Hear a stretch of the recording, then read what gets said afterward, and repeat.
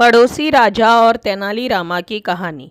तेनालीरामा को राजा कृष्णदेवराय के दरबार में विशेष सम्मान हासिल था, इसलिए उनसे जलने वालों की राजमहल में कमी न थी। एक समय की बात है, विजयनगर राज्य के हालात अच्छे न थे। राज्य पर पड़ोसी देश के हमला करने का खतरा मंडरा रहा था।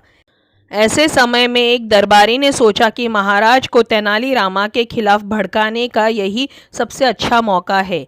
एक दिन महाराज कृष्णदेवराय अपने बाग में बैठे कुछ सोच रहे थे कि तभी वहां एक कुटिल दरबारी पहुंच गया।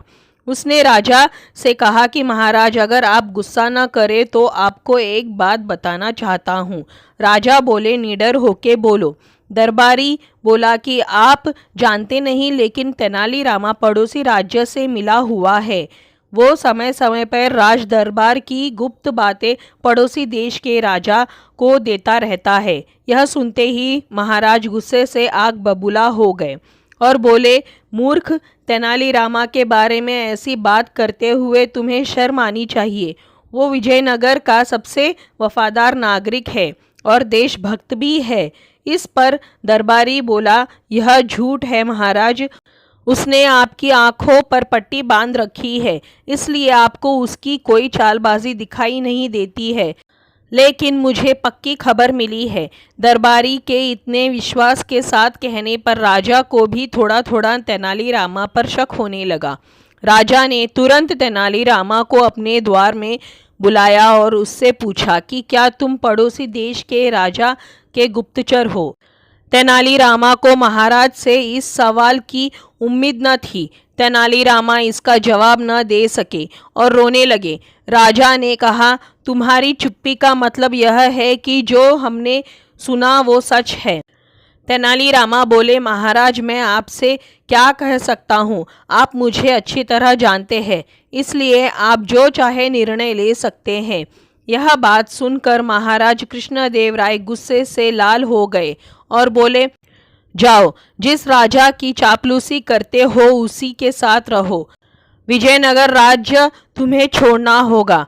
राजा के मुंह से ऐसे कठोर वचन सुनकर तेनालीरामा वहां से चल दिए।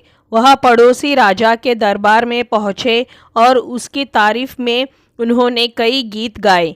तेनालीरामा की प्रशंसा से पड़ोसी राजा बहुत खुश हुआ और उससे उसका परिचय मांगा। तेनालीरामा ने कहा, मैं विजयनगर के राजा कृष्णदेवराय का निजी सचिव हूँ। राजा बोले, विजयनगर तो हमारा दुश्मन है, फिर तुम वहाँ के निवासी होकर मेरे दरबार तक कैसे चले आए?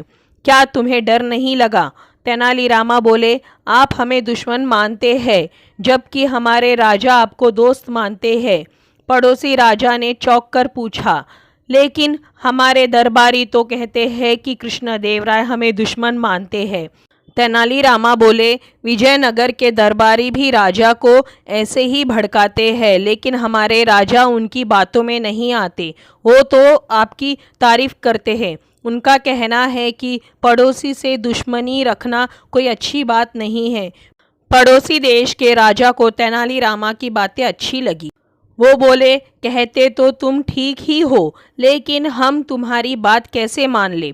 तेनालीरामा बोले, मैं खुद उनका निजी सचिव हूँ और उन्होंने मुझे शांति प्रस्ताव लेकर भेजा है। पड़ोसी राजा को तेनालीरामा की बात पर यकीन हो गया और बोले, तो अब हमें आगे क्या करना चाहिए? तेनालीरामा ने सलाह दी कि एक संधि पत्र और कुछ उपहार विजयनगर राज्य पहुंचाए और आगे बढ़कर विजयनगर से मित्रता स्वीकार करे। राजा को तेनालीरामा का सुझाव बहुत पसंद आया। उन्होंने उपहारों की तैयारी शुरू करवा दी। उधर राजा कृष्णदेवराय को तेनालीरामा की बेगुनाह का पता चल गया था और वो अपने व्यवहार पर बहुत पछता रहे थे। अगले दिन उन्होंने देखा कि दरबार में तेनालीरामा और पड़ोसी राजा के दूत संधि का प्रस्ताव लेकर हाजिर थे। उनके साथ बहुत उपहार भी थे। राजा ने तेनालीरामा को प्रेम पूर्वक देखा। उन्हें मन ही मन विश्वास हो गया था कि दुश्मनी को दोस्ती में बदलने का काम सिर्फ तेनालीरामा ही कर सकता है। कहानी से सीख। इस कहानी से हमें यह सीख मिलती है कि ईमानदारी का परिणाम एक न एक दिन ज़रूर मिलता है। साथ ही किसी की भी बात पर आंखें बंद करके भरोसा नहीं करना चाहिए। ऐसा करने से हमेशा खुद का ही नुकसान होता है। तो दोस्तों, ये थी पड़ोसी राजा और तेनालीरामा की कहानी। आपको कैसी लगी? अगर अच्छी लगी हो तो इसी तरह की कहानियों के लिए चैनल को सब्सक्राइब करें, वीडियो को लाइक करें, शेयर करें। धन्यवाद।